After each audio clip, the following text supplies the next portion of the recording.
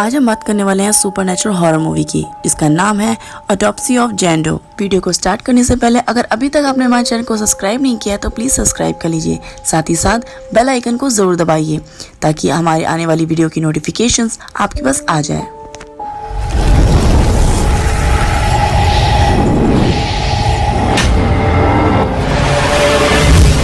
Movie की शुरुआत होती है एक क्राइम सीन से, जहां एक घर में पुलिस को 4 लाशें मिलती हैं। पूरे घर में हर जगह खून के धब्बे और लाशें हैं। उसके बाद उन्हें एक लाश मिलती है बेसमेंट के गड्ढे के अंदर, जो कि बिल्कुल सही सलामत है, जबकि और 3 लाशें बहुत बुरी हालत में हैं। पर इस लाश में कोई भी खरोच नहीं आई है, ये बिल्कुल साफ सुथरी है। पुलिस को इसकी कोई आइडेंटिफिकेशन नहीं मिलती, जिस वजह से इसका नाम रख देते हैं जैन डो और उसकी ऑटोप्सी करने के लिए उसे भेज दिया जाता है। पुलिस उस घर में इन्वेस्टिगेशन करती है, जिससे उन्हें पता चलता है कि वो लोग इस घर से निकलने की कोशिश कर रहे थे, पर इसी बीच वो लोग मारे गए। इसके बाद सीन में हम देखते हैं टॉमी और उसके बेटे अस्टिन को, जिनके पास जैन डो की बॉडी भेजी गई है ऑटोप्सी के लिए। टॉमी लंबे समय से इस काम में है, जहां पर वो लोगों की बॉडी का पोस्टमार्टम करता है और उसके मरने का कारण बताता है, और वो यही काम अपने बेटे अस्टिन को भी सिखा रहा होता है। इस सीन में हम देखते हैं कि वो लोग एक बॉडी पे ऑटोप्सी कर रहे हैं, जिसकी बॉडी बुरी तरह जली हुई है, जिसमें अस्टिन कहता है कि शायद इसकी मौत का कारण इसके लंग्स में धुएं भरने की वजह से हुआ है, पर बाद में इन्हें पता चलता है कि उसकी मौत का कारण सर पे चोट लगने की वजह से हुआ है, जो कि जलने से पहले लगी थी। इसी बात पर टॉमी अस्टिन को पॉइंट आउट करता है और किसी कंक्लूजन पे आने से पहले हर एस्पेक्ट को अच्छी तरह जांच लेना चाहिए। इसके कुछ ही देर बाद वहाँ पर एंट्री होती है एमा की। एमा जो कि अस्टिन की गर्लफ्रेंड है, और इससे हमें बाद में पता चलता है कि अस्टिन एमा के साथ शहर छोड़ के जाना चाहता है, क्योंकि उसे ये काम बिल्कुल पसंद नहीं है, और इस चीज के बारे में टॉमी को पता नहीं है। अस्टिन 2 साल से अपने फादर की हेल्प करवा रहा था अपनी मॉम की डेथ के बाद। वो दोनों बातें कर ही रहे होते हैं, तभी एमा जिद करती है कि उसे एक बॉडी देखनी है, जिसके लिए अस्टिन उसे मना करता है। वो कहता है कि उसके फादर कभी अलाउ नहीं करेंगे, और साथ ही साथ उसे ये सब चीजें नहीं देखनी चाहिए। और तभी वहाँ टॉमी आ जाता है, जो कि कहता है कि उसे कोई एतराज नहीं है। इसके बाद अस्टिन एमा को एक बॉडी दिखाता है, जिसके पैरों में घंटी बंधी हुई है, कि ये परंपरा बहुत पुरानी है, जिसमें पैरों पर घंटी बांधी जाती है एक मरे हुए इंसान की, क्योंकि बहुत टाइम पहले लोगों को पता नहीं होता था कि वो आदमी सचमुच मर चुका है या फिर कोमा में है। अगर घंटी की आवाज आती है तो हमें पता चल जाता है कि इसके अंदर अभी भी जान है। इन सब के बाद एमा और अस्टिन प्लान करते हैं डेट पे जाने के लिए। वो जा ही रहे होते हैं, तभी वहाँ बर्क आ जाता है जैन डो की बॉडी लेकर। इतनी रात को उस बॉडी को आते देख अस्टिन को लगता है कि ये बहुत ज्यादा इंपॉर्टेंट होगी, इसीलिए वो एमा को फिर कभी डेट पे चलने के लिए कहता है, और अपने फादर के साथ उस बॉडी की ऑटोप्सी के लिए हेल्प करने के लिए रुक जाता है। वो लोग उस बॉडी को अंदर लेके आते हैं। इसके बाद बर्क टॉमी को बोलता है कि उसे इस बॉडी का कोई भी आइडेंटिफिकेशन नहीं पता, और ये बॉडी 3 और लाशों के साथ मिली थी, पर जिसके साथ हम कोई भी कनेक्शन नहीं जोड़ पा रहे। मीडिया का बहुत ज्यादा प्रेशर होने के कारण उन्हें इसके मौत का कारण आज ही रात पता करना पड़ेगा। और फिर टॉमी और अस्टिन उस बॉडी की ऑटोप्सी करने के लिए तैयार हो जाते हैं। वो लोग उसकी जांच करना स्टार्ट करते हैं और उसकी आंखों को देखते हैं, जिसमें उन्हें पता चलता है कि उसकी आंखें बिल्कुल ग्रे हैं। ये तभी होता है जब किसी की मौत बहुत टाइम पहले हो चुकी होती है, और उस बॉडी की एंकल्स और कलाइयां बिल्कुल टूटी हुई होती हैं, पर उसकी बॉडी पर कोई भी मार्क्स नहीं होते, वो बिल्कुल क्लियर होती है। उसके बाद वो लोग उसके फेस के ऊपर फिर से जाते हैं और उसके मुंह को खोलते हैं और देखते हैं कि उसकी जीभ कटी हुई है, और साथ ही साथ उसके मसूड़े भी गायब हैं। इसके बाद वो लोग इंटरनल एग्जामिनेशन के बारे में सोचते हैं, और तभी उन्हें पता चलता है कि तूफान आने वाला है, और उनके कमरे की लाइट अपने आप ब्लिंक करने लगती हैं। उसके बाद वो लोग उस बॉडी को काटने की कोशिश कर रहे होते हैं, तभी अचानक से रेडियो ऑन जाता है, जिसमें एक लड़की की चिल्लाने की आवाज आती है, पर इस सबको वो लोग इग्नोर कर देते हैं और रेडियो स्टेशन चेंज कर देते हैं और अपने काम को स्टार्ट करते हैं। वो उस बॉडी पे चीरा लगाते हैं। बाद में उन्हें पता चलता है कि उस बॉडी से बहुत ज्यादा खून निकल रहा है। वो इस चीज से सरप्राइज हो जाते हैं, क्योंकि ऐसा तभी होता है जब कोई फ्रेश बॉडी आई होती है। वो उसकी ऑटोप्सी को आगे बढ़ाते हैं और उसकी स्किन को खोलते हैं, जहाँ पर उन्हें अजीब सा सब्सटेंस मिलता है, जिसकी सैंपल वो लोग रख लेते हैं और टेस्टिंग के लिए भेज देते हैं। उसके बाद वो उसके लंग्स की तरफ जाते हैं, जो कि 3rd डिग्री बर्न होते हैं, और साथ ही साथ उस बॉडी का हार्ट और अदर इंटरनल ऑर्गन्स भी सारे कटे हुए होते हैं। और ये सब देखकर टॉमी बहुत ज्यादा शॉक हो जाता है कि इतनी इंटरनल इंजरीज के बाद भी इस बॉडी के ऊपर कोई भी खरोच कैसे नहीं है। वो दोनों ये चीज बिल्कुल समझ नहीं पाते कि आखिरकार ऐसा जैन के साथ किसने किया है। उसी दौरान उन लोगों को कुछ नॉकिंग की आवाज आती है, जिसके लिए अस्टिन बाहर जाता है और उसे चेक करने की कोशिश करता है, पर वहाँ सब कुछ नॉर्मल होता है। तभी वहाँ पर एक मिरर में एक लड़की की इमेज दिखती है। वो उसको और करीब से देखने की कोशिश करता है पर वहाँ कोई नहीं होता और फिर उसे कुछ वॉइस अपने ऑफिस में से सुनाई देती है। वो अपने ऑफिस के अंदर जाता है जहाँ पर वो एक वेंट में देखने की कोशिश करता है और उसकी जाली को हटा देता है। उसके अंदर उसे कुछ हिलता हुआ दिखता है। उसी दौरान वहाँ पर टॉमी भी आ जाता है और फिर वो लोग उस वेंट के अंदर से अपनी कैट को निकालते हैं जिसकी हालत बहुत खराब है और उसके बचने की चांसेस बिल्कुल नहीं है। उसके बाद टॉमी उसकी गर्दन तोड़ के उसे मार देता है जिसकी वजह से टॉमी बहुत ज़्यादा दुखी हो जाता है और कुछ देर अकेले रहना चाहता है। उसके बाद वो फिर काम के लिए वापस उस रूम में जाता है जहां वो बताता है कि वो कैट उसकी वाइफ की आखिरी निशानी थी। इसके बाद वो लोग फिर से जैन ड्यूक की बॉडी के इन्वेस्टिगेशन को आगे बढ़ाते हैं। उसके बाद वो उसके पेट को काटते हैं जहां से उन्हें चिम्सन वीड मिलता है जो कि एक बॉडी को पैरालाइज कर सकता है और ये चीज नॉर्थ ईस्ट से मिलता है। इसका मतलब जैन ड्यू नॉर्थ ईस्ट से ही आई होगी। और तभी अचानक बाहर बिजली कड़कने की आवाजें आने लगती है और रेडियो पे अनाउंसमेंट होती है कि बहुत बड़ा तूफान आने वाला है। वो लोग फिर से ऑटोप्सी स्टार्ट करते हैं। उसके बाद उन्हें जैन के पेट के अंदर से एक कपड़ा मिलता है। उस कपड़े को खोलते हैं और उसके अंदर जैन का दांत मिलता है जो कि उस कपड़े में लिपटा हुआ था और साथ ही साथ उस कपड़े पे कुछ निशान बने होते हैं जिससे उन्हें लगता है कि इसकी बॉडी को किसी रिचुअल में यूज किया गया है और उसे उसका दांत तोड़कर उस कपड़े में लपेटकर उसे निगलने के लिए मजबूर किया गया होगा। तभी फिर से रेडियो स्टेशन पे एक सॉन्ग चलता है जिसके लिरिक्स होते हैं open up your heart and let the sunshine इन। इस चीज को वो लोग इग्नोर करते हैं और अपने काम पे ध्यान देते हैं। उसके बाद वो जैन की स्किन को निकालते हैं और देखते हैं कि उसके ऊपर एक कुछ निशान बने हुए हैं और ये निशान उस फैब्रिक के निशान से मिलते जुलते हैं और ये सब देखकर वो लोग शॉक हो जाते हैं क्योंकि उसके स्किन के अंदर ये डिजाइन बनाई गई है। तभी वहाँ कोल्ड स्टोरेज का डोर अपने आप ओपन हो जाता है और फिर से लाइट ब्लिंक करने लग जाती हैं। ऊपर की लाइट्स भी टूटकर बंद हो जाती हैं और फिर वहाँ हर जगह अंधेरा हो जाता है।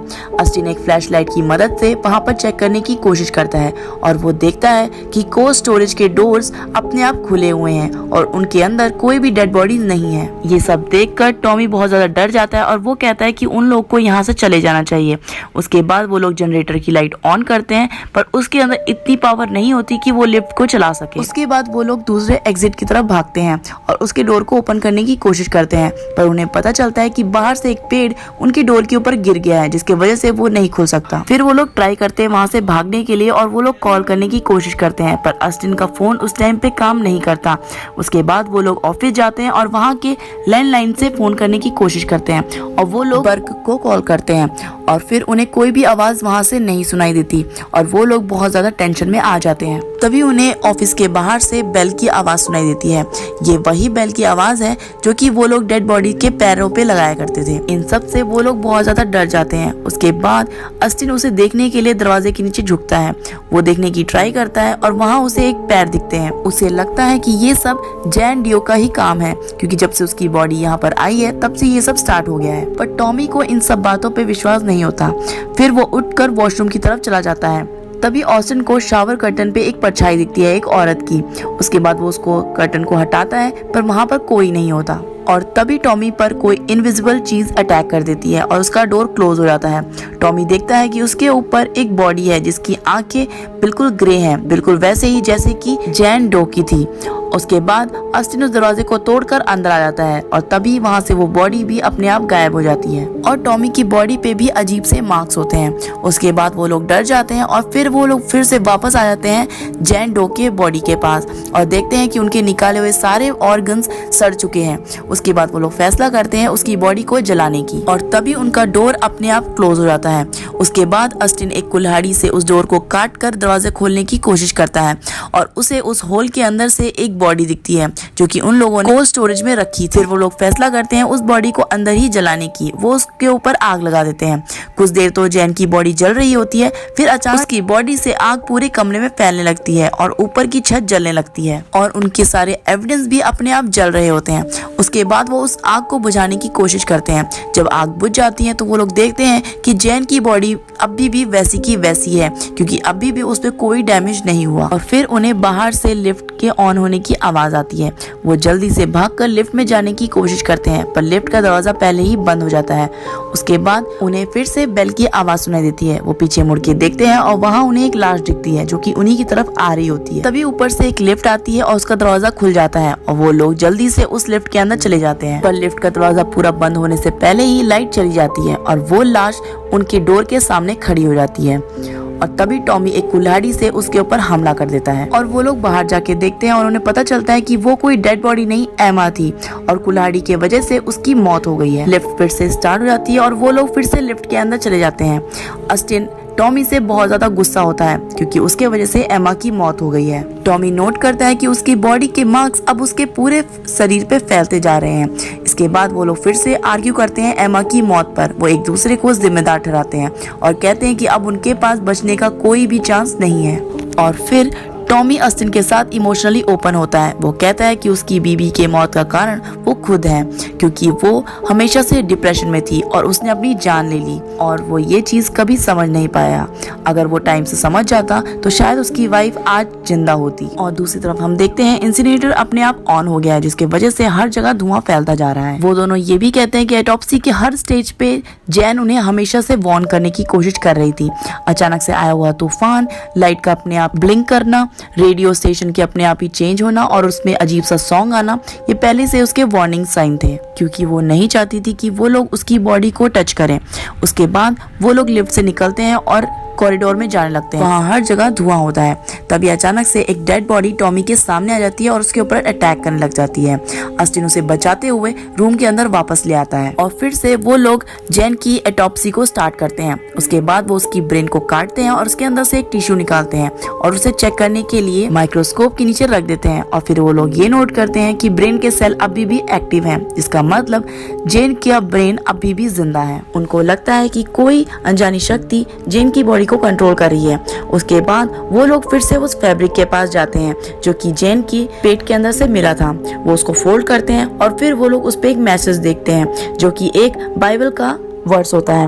उस वर्ड्स में लिखा होता है कि कोई भी इंसान आत्माओं के साथ खेलेगा तो उसे मार डालना चाहिए। और उस कपड़े पर रोमन नंबर पे 1963 भी लिखा होता है। और ये सब देखकर उन्हें लगता है कि जैन एक विच है और इस ईयर में विच क्राफ्ट करने वाली सारी औरतों को मार दिया गया था।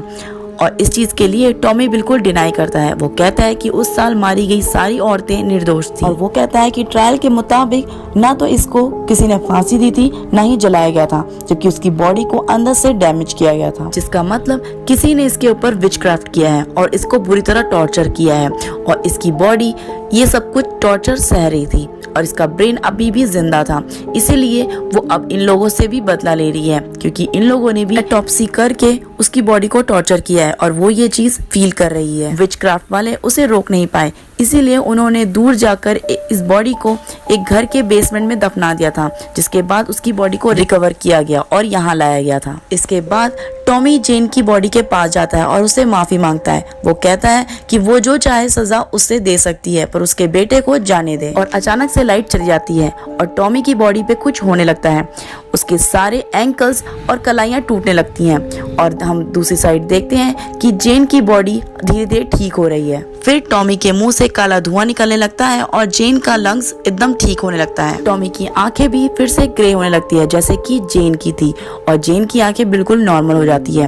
वो टॉमी के बॉडी के ऑर्गन्स को अपने अंदर लेकर हील करने लगती है और फिर टॉमी इन सबसे बहुत ज्यादा टॉर्चर फील करता है और अस्टिन को कहता है उसे मार देने के लिए। बाद में अस्टिन अपने फादर को ऐसी हालत में देखकर उसे मार देता है। फिर सब कुछ नॉर्मल हो जाता है और अपने आप लाइट आ जाती है। तभी हमें बाहर से बर्क की आवाज सुनाई देती है। वो अस्टिन को कहता है कि उसने डोर पे गिरे हुए पेड़ को काट दिया है और अब अस्टिन वहां से निकल सकता है। अस्टिन जल्दी से डोर को खोलने की कोशिश करता है, पर वो देखता है कि डोर अभी भी ओपन नहीं हो रहा। वो समझ जाता है कि जैन अभी भी बदला लेना चाहती है। तभी बर्क की आवाज रेडियो के सॉन्ग में कन्वर्ट हो जाता है और उसे पीछे से फिर से बेल की आवाज सुनाई देती है। वो पीछे मुड़ के देखता है, वहां पर उसे अपने डैड की डेड बॉडी दिखती है और वो इन सब से डर कर पीछे की तरफ गिर जाता है और उसकी मौत हो जाती है। और कुछ देर बाद ही वहां पर पुलिस आ जाती है। बर्क फिर से उन डेड बॉडीज को देखकर हैरान हो जाता है, क्योंकि फिर से वहाँ पर 3 बॉडीज ऐसी हैं जो बहुत बुरी हालत में हैं और एक जैन डो की है वो बिल्कुल नॉर्मल है और उस बॉडी पर अभी भी कोई भी मार्क्स नहीं है। बर्क इन सब चीजों से बहुत ज्यादा हैरान हो जाता है और उस बॉडी को बाहर भेजने के लिए कह देता है। तभी रेडियो पे आवाज आती है कि आज चौथे दिन भी बिल्कुल आसमान साफ रहेगा, जिसका मतलब बाहर की जो तूफान और लाइटिंग से वो असल में जेन कर रही थी। और इस मूवी के लास्ट में हम देखते हैं कि उसकी बॉडी को शहर से बाहर ले जाया जा रहा है। तभी उनके कार के रेडियो में वही सॉन्ग फिर से बजने लगता है और फिर हमें एक बेल की आवाज सुनाई देती है और हम देखते हैं जेन के पैर की एक उंगली को हिलते हुए और यहीं पर ये मूवी एंड हो जाती है। आपको ये वीडियो कैसी लगी हमें जरूर बताइए और साथ ही साथ अभी तक आपने हमारे चैनल को सब्सक्राइब नहीं किया है तो प्लीज सब्सक्राइब कर लीजिए और अपने फ्रेंड्स और फैमिली के साथ इसे जरूर शेयर कीजिए। Thank you so much.